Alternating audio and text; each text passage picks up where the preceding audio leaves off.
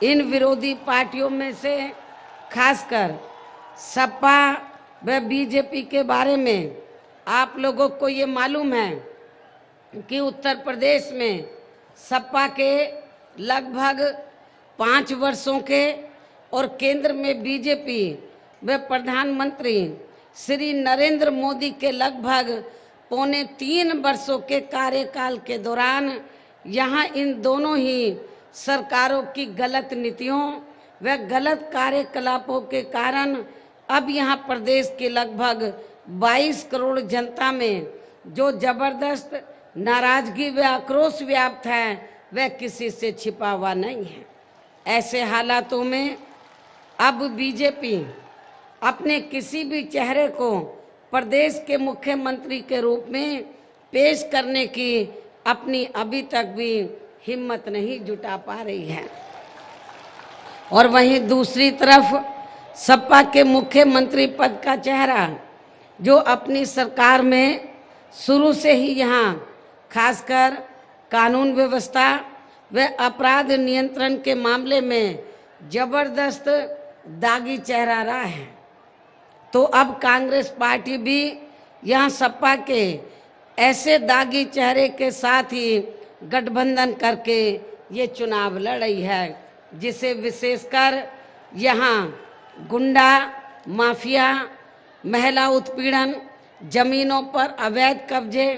तथा अराजक, आपराधिक, सांप्रदायिक दंगे, भ्रष्ट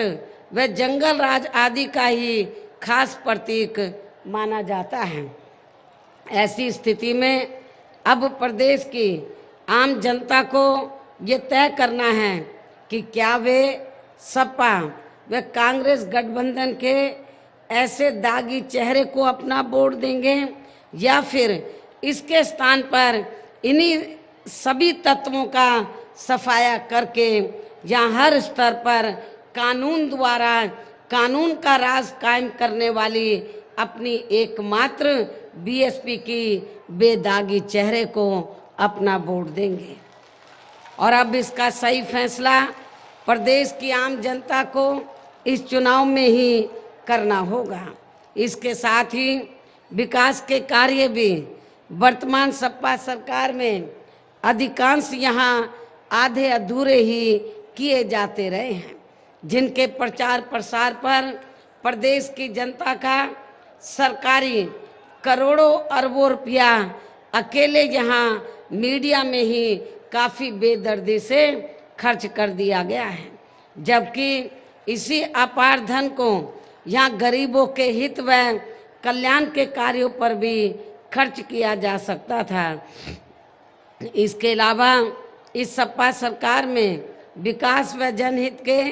जो भी थोड़े बहुत कार्य किए गए हैं, तो उनमें से अधिकांश कार्यों की शुरुआत बीएसपी की सरकार में ही कर दी गई थी। और इतना ही नहीं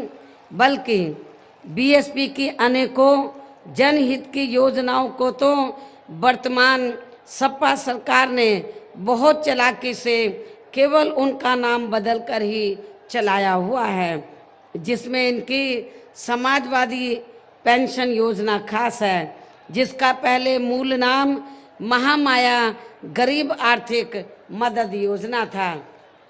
इसके साथ ही इस सपा सरकार में प्रदेश के अधिकांश सभी वर्गों व विभिन्न क्षेत्रों में लगे लोगों की भी हालत यहाँ हर स्तर पर काफ़ी ज़्यादा खराब व दयनीय ही बनी रही है, जबकि सरकारी अधिकारी तो यहाँ थोक के बहाने ही बदलते रहे हैं।